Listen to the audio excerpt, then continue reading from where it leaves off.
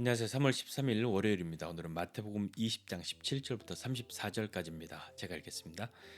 예수께서 예루살렘으로 올라가려 하실 때 열두 제자를 따로 데리시고 길에서 이르시되 보라 우리가 예루살렘으로 올라가노니 인자가 대제사장들과 서기관들에게 넘겨짐에 그들이 죽이기로 결의하고 이방인들에게 넘겨주어 그를 조롱하며 채찍질하며 십자가에 못 박게 할 것이나 제3일에 살아나리라.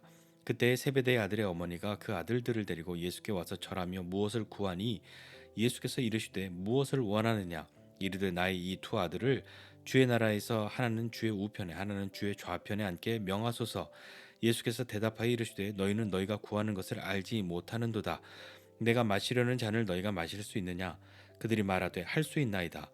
이르시되 너희가 과연 내 잔을 마시려니와 내 좌우편에 앉는 것은 내가 주는 것이 아니라 내 아버지께서 누구를 위하여 예비하셨든지 그들이 얻을 것이니라. 열 제자가 듣고 그 두 형제에 대하여 분이 여기거늘 예수께서 제자들을 불러다가 이르시되 이방인의 집권자들이 그들을 임의로 주관하고 그 고관들이 그들에게 권세를 부리는 줄을 너희가 알거니와 너희 중에는 그렇지 않아야 하리니 너희 중에 누구든지 크고자 하는 자는 너희를 섬기는 자가 되고 너희 중에 누구든지 으뜸이 되고자 하는 자는 너희의 종이 되어야 하리라. 인자가 온 것은 섬김을 받으려 함이 아니라 도리어 섬기려 하고 자기 목숨을 많은 사람의 대속물로 주려 함이니라. 그들이 여리고에서 떠나갈 때에 큰 무리가 예수를 따르더라. 맹인 두 사람이 길가에 앉았다가 예수께서 지나가신다함을 듣고 소리질러 이르되 주여 우리를 불쌍히 여기소서.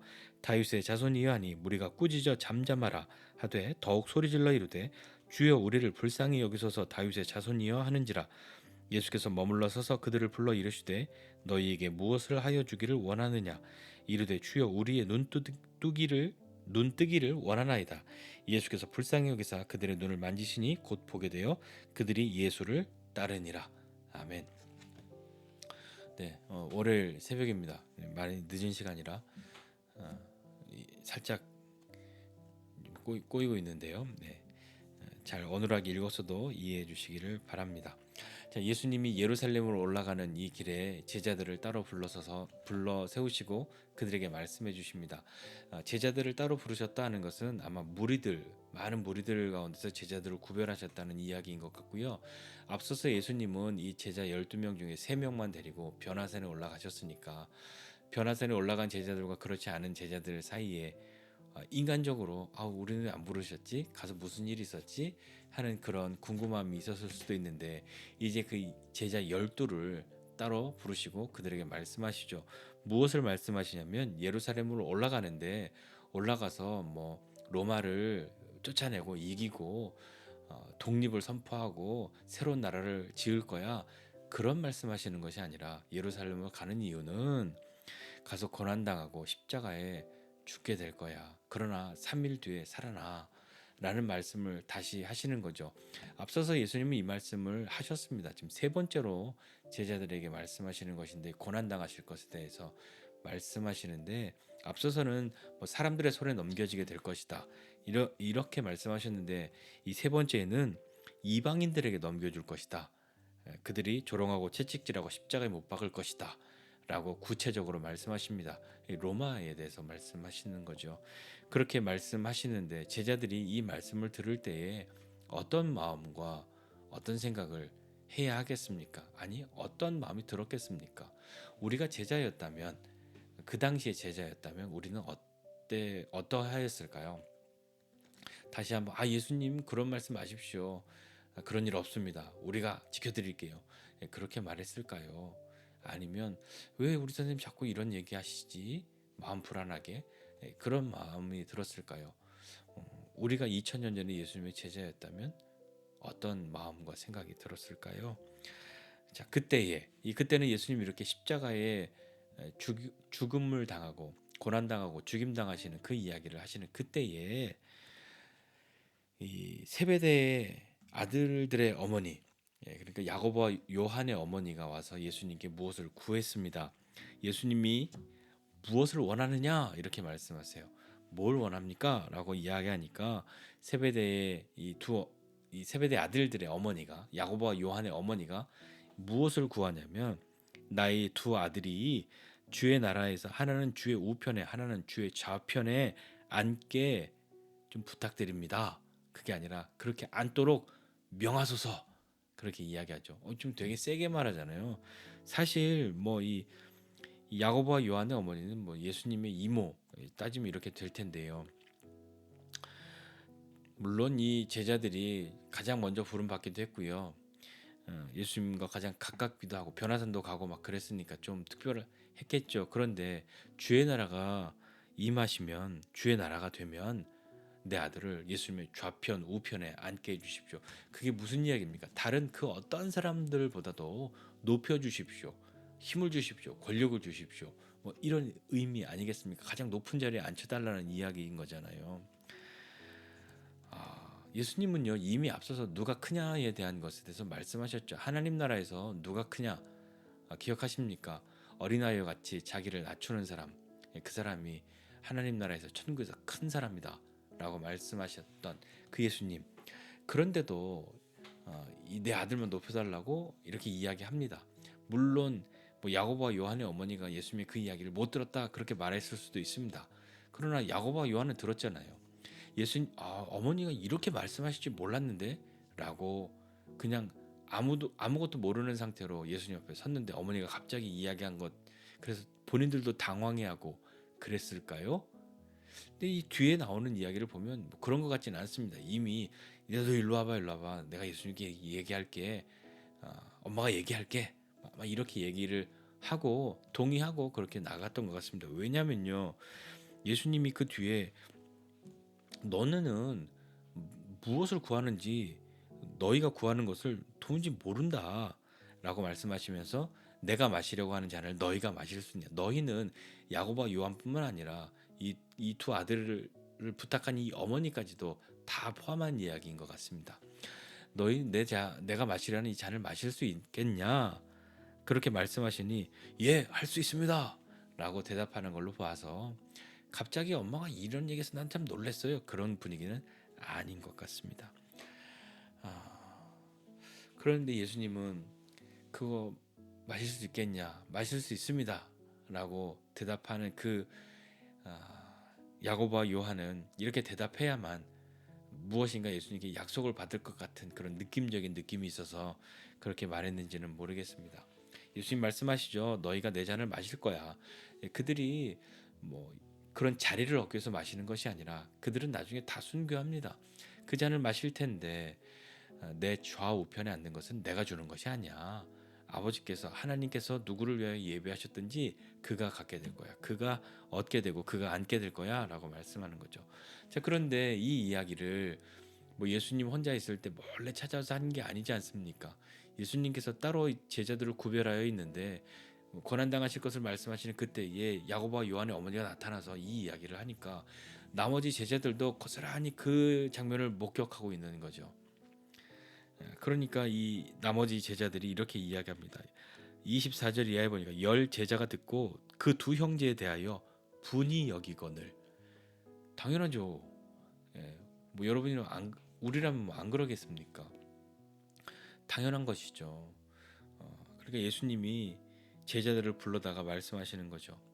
야, 세상에 이 집권자들은, 이방의 집권자들은, 이 고관들은, 권력을 가진 사람들은, 정치인들은, 종교의 지도자들은 자기의 그것을 가지고 권세를 부리는데 자기 마음대로 그렇게 휘두르는데 너희들은 그렇게 해서는 안 된다라고 다시 한번 말씀하십니다.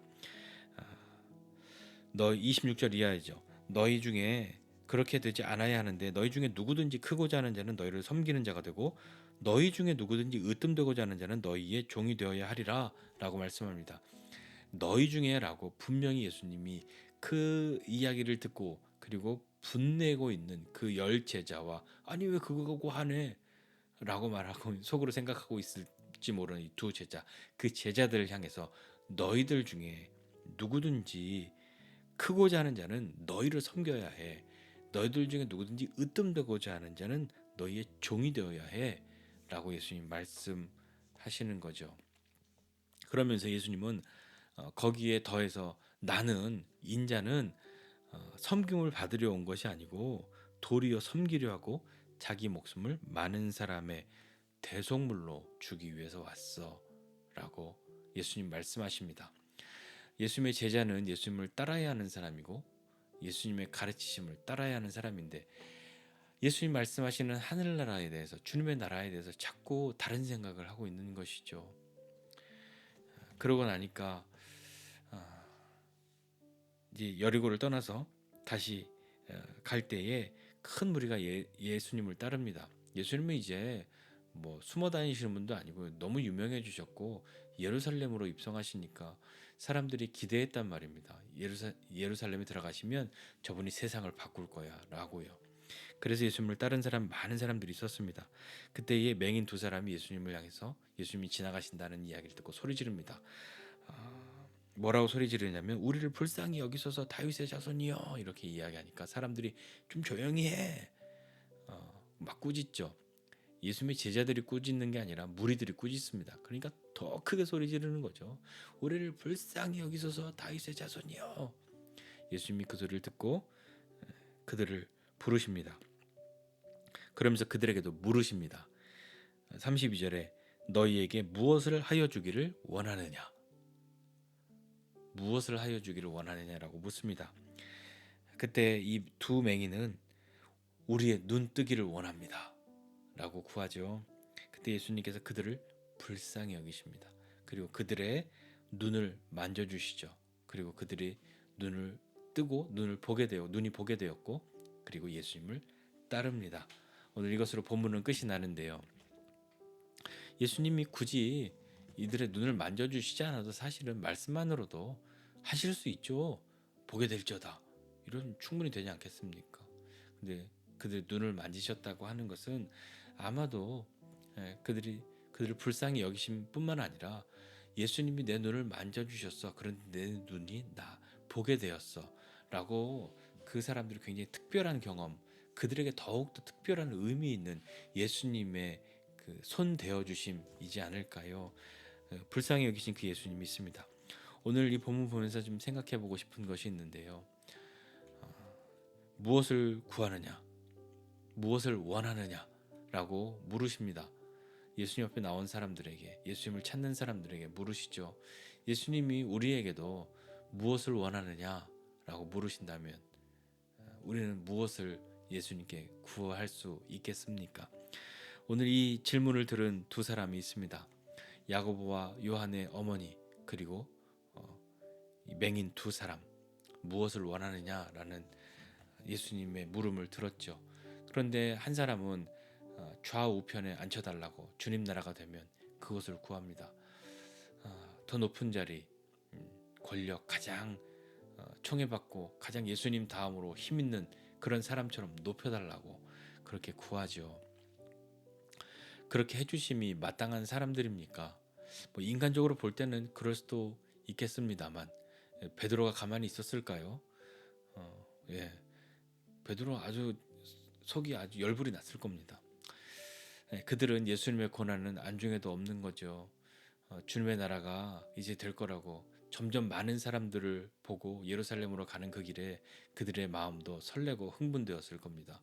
야, 예수님이 우리를 로마를 무찌르고 독립을 선포하고 새 나라를 지으면 내가 큰 일을 해야 할 텐데라고 그런 생각을 가진 사람이 있었을지도 모르죠.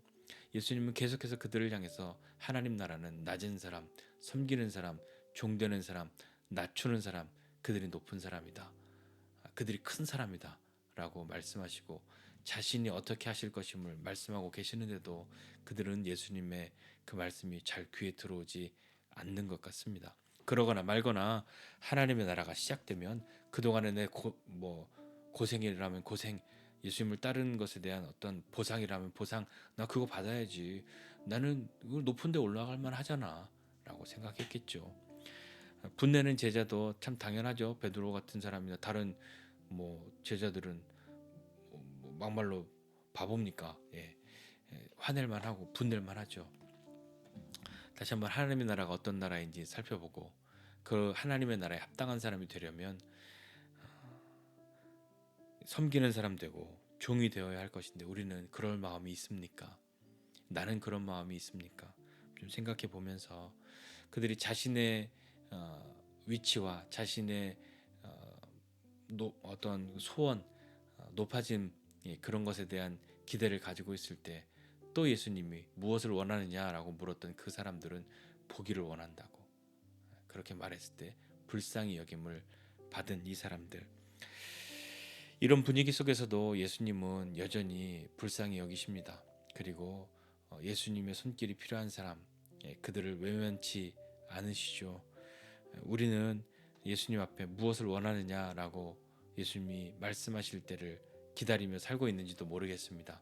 그리고 그렇게 예수님 말씀하실 때 우리는 주님 나를 제일 높여주세요 라고 말해야 할 것인지, 여전히 눈을 뜨고 있으면서도 앞을 못 보는 것 같은 그들을 향해서 정말 눈을 볼 수 없는 그 사람들의 눈을 뜨게 하시는 그 예수님, 그 예수님이 오늘도 우리의 어긋나 있는 부분들을 만져주시고, 눈은 있으나 볼 수 없는 나라면 내 눈을 어루만져 주시고, 입은 있으나 말을 못하는, 할 말을 못하는 사람이라면 내 입술을 어루만져 주시고, 귀는 있으나 들리지 않는 사람이라면 귀를 어루만져 주셔서 주님의 말씀을 듣고 보고 전할 수 있는, 그리고 기꺼이 그런 삶을 살아갈 수 있는, 주님이 하시는 말씀을 듣고 깨달을 수 있는 그런 믿음의 사람 되기를 소원하면서, 주님이 우리에게 무엇 원하느냐라고 말씀하실 때 무조건 내가 그동안 바라고 원했던 것, 내 욕심, 내 기대만을 채우는 그런 사람 아니라 주님과 함께하는 그 시간들을 통해서 더욱 주님 닮아가서 주님이 무엇을 원하느냐 말씀하실 때에 기꺼이 주님을 따를 수 있는, 주님 앞에 나아가는 하나님 나라에 합당한 그런 사람이 되는 저와 여러분 모두가 되시기를 주님의 이름으로 축복합니다. 기도하겠습니다. 하나님 아버지, 은혜와 사랑을 감사드립니다. 하나님 나라가 어떤 나라인지 다시 한번 생각해보고 기꺼이 나는 섬기는 사람, 종되는 사람, 낮아지는 사람, 낮추는 사람 되려고 하는지, 그런 사람 되기를 기뻐하는지 다시 한번 살피고, 주님의 나라에 합당한 사람 될 수 있도록 은혜를 베풀어 주시옵소서. 주님께서 우리에게 무엇을 원하느냐라고 물으실 때에 우리의 욕심과 우리의 기대를 채우는 그런 이야기들로 가득히 채워지는 것이 아니라, 그러한 나였을지라도 주님을 따름으로 더욱 자라나고 변화되어서 내 욕심만이 아닌 다른 사람을 섬기고 낮아지는 것을 구할 수 있는 그런 믿음의 사람 될 수 있도록 은혜를 베풀어 주시옵소서. 감사드리고 예수님의 이름으로 기도드립니다. 아멘.